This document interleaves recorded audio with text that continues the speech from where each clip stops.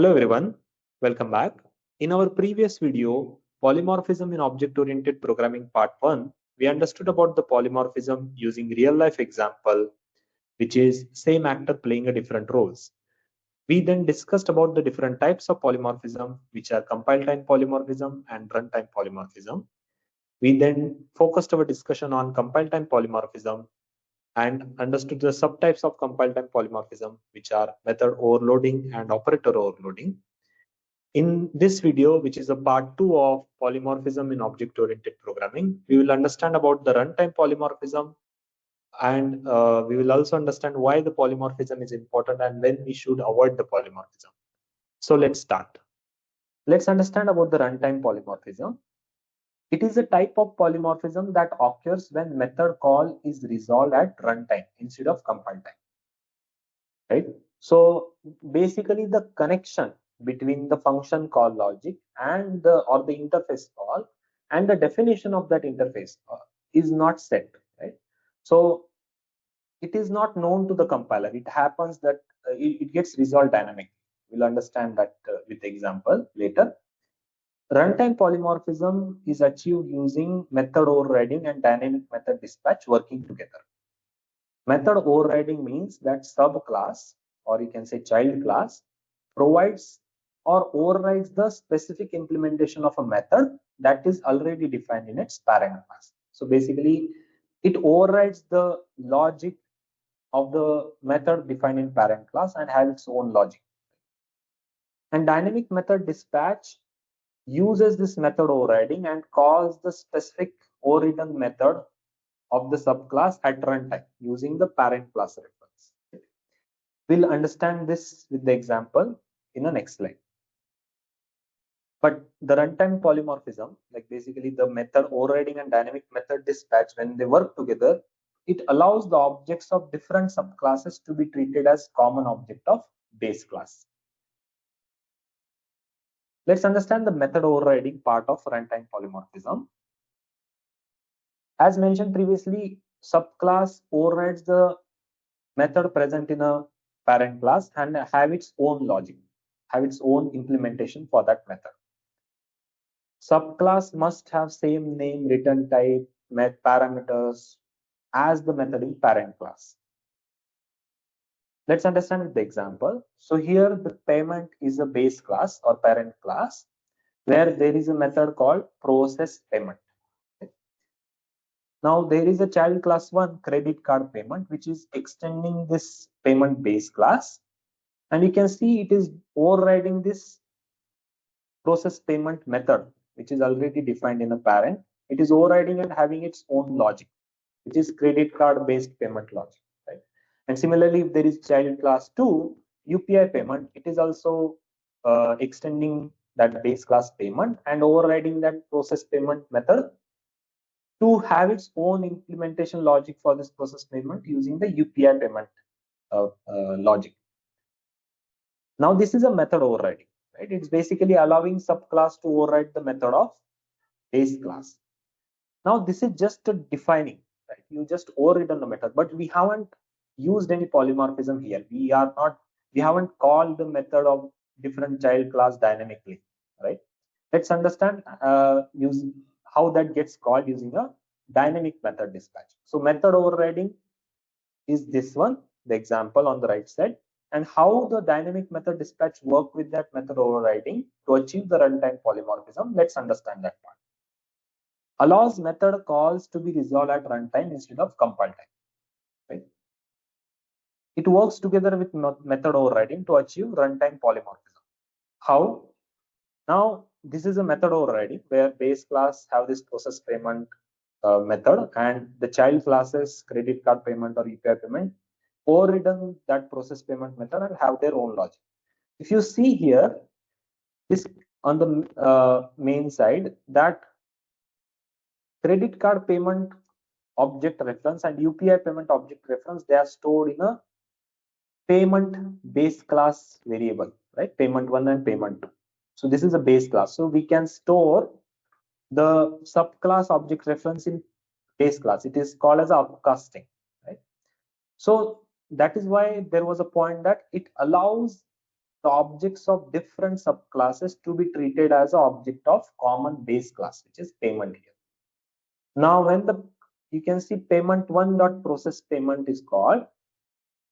Now the process payment one contains the object reference of credit card payment. So it will call the credit card payment method. So that it resolves that dynamically based on the reference in a payment one variable. Similarly, payment two has the reference of UPI payment object or class subclass, and it will call the process payment of that UPI payment child class or subclass. So this is how the dynamic method dispatch works. It allows the reference of child classes to be stored in a parent class type, and during runtime, based on the object reference stored, type of the object reference stored, calls the method of the child class, original method of the child class dynamically. Okay. So this is how the method overriding and dynamic method dispatch works together to achieve the runtime polymorphism. Now this is basically the simple base class and child class inheritance to override the specific method, but method overriding can be done using interface where you can define the method, let's say pay method here, and when the child classes implement that interface, they have to basically implement or override the logic of that pay method. And this is also one type of method overriding achieved by interface.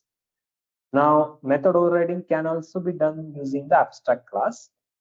You can see abstract class payment is there, which kind of acts as a base class, and it has process payment abstract method. So child class, let's say credit card payment, who is extending that abstract class needs to provide the implementation of this process payment. So it needs to override that method and write its own logic. So this is a forced or enforced behavior. So this is also how we can achieve the method overriding using abstract class. So there are different ways method overriding is achieved in Java. So some of the major thing is like child class, parent class, basic inheritance, interface, abstract class. These are the main major ways to achieve the method overriding.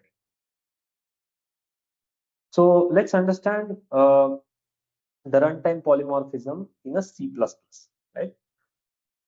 So here the class payment is there. If you see in a C++, we define the virtual keyword in front of the method which we want subclass to basically override, right? So this virtual keyword is mandatory in C++.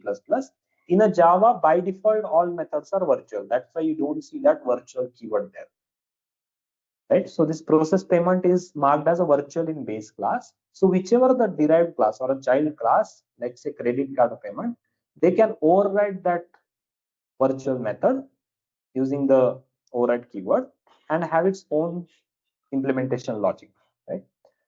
And similarly for UPI payment, it can another derived class UPI payment, it can also override that virtual method present in a base class payment. Right? So like here we have in main method payment star payment. Basically C++ uses a special variable called pointer to store the object reference, and you can see that the payment base class pointer itself is storing the reference of derived classes. Like let's say the credit card object, credit card payment object is stored here, UPI object is stored here, similar to Java. And using that base class pointer itself, it is calling the process payment method. And during runtime, based on the reference present in this payment variable, it will call to the specific method of the child class, which reference is present in this variable, right? Similar to Java, only the syntax is different, right? Here in C++, we need to use the virtual keyword. So the base point is that runtime polymorphism, the general concept is method overriding and dynamic method dispatch. And in different languages, you can achieve it with a different syntax, right? So you can see how that resolution is happening for each subclass. It is stored in base class pointer and resolving the method during runtime. Let's understand the runtime polymorphism using a simple flowchart, right? let's say when we do the function called payment.process. So let's say this payment is a base class type and containing the reference of might contain the reference of child class also. Let's understand. Let's say this function call happened process. If the process is overridden in a subclass, means it is overridden. No, then it is a compile time binding, right? The when runtime comes into picture when there is some override method is there in a subclass. Otherwise, it is basically static, right? Just a normal function. So compile time binding, it will do the direct call to the base class, right? Because if it is not overridden in a subclass, that method logic will be present in base class. Right? Let's say if it is overridden, then is the reference of base class used? It means that does it contain the any basically the object reference of any child class or subclass in a base class type variable. If no, it means that it is containing only the base class reference only or base class object only, no child class object present in the reference of base class. So it will just directly call the base class method. If there is any other child object reference is stored in that base class variable, reference is present, then if the method is marked as override, if the method is marked as override, it means if no, then it will again call the base class method only. If it is marked as override, then it will do runtime binding, late binding. Right? Here the runtime polymorphism comes into the picture. It will check the reference of the object which is stored into the base class variable, and then it will call the derived class method. Let's say credit card payment dot process here. So this is the simple flowchart of explaining the runtime polymorphism and the branching of the runtime polymorphism. Why is polymorphism important? As we saw, right, we can use the single method like process payment in multiple types like credit card, UPI. So we are doing a code reusability. So polymorphism helps to make the code reusable. Okay. Scalability, easily extend functionality by adding new classes without modifying existing code. So now if you have the let's say one more payment type, right? Let's say PayPal payment type or some other payment type, then we just need to add that new class and extend it the base class, right? And the process payment you can define into that new class. So without impacting behavior of any existing payment types. Loose coupling reduces the dependency between the components and making code easier to manage and test because each subclass is having their own version of process payment, right? So there is a loose coupling between the each payment type, and that makes code to manage easily and test separately. When to avoid polymorphism? When behavior doesn't change across subclasses. It means that if all the subclasses behave the same, then there is no need for method overriding. It is over engineering in that case. So just use the single class without a polymorphism. When performance is critical. Why?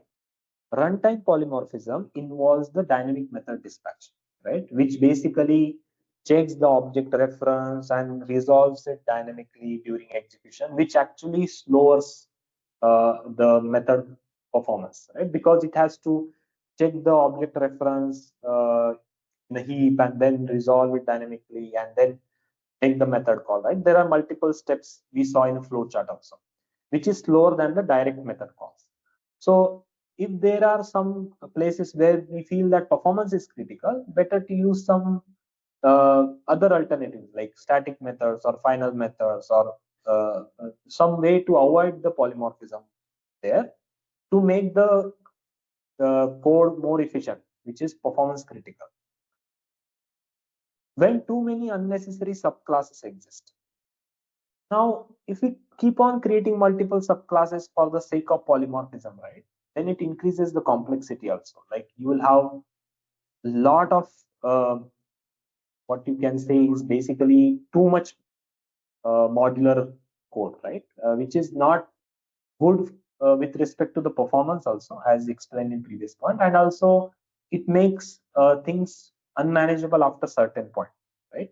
It is good to have subclasses, but only till the point when it makes sense. Okay? Hope you understood the explanation about the polymorphism concept in object-oriented programming with the help of part 1 and part 2 video. We covered about what is polymorphism, different types of polymorphism, understood about the compile time and runtime polymorphism in detail with the help of Java examples, and also understood the importance of polymorphism and when we should avoid polymorphism. So if you like the video, please share and subscribe. Thank you so much.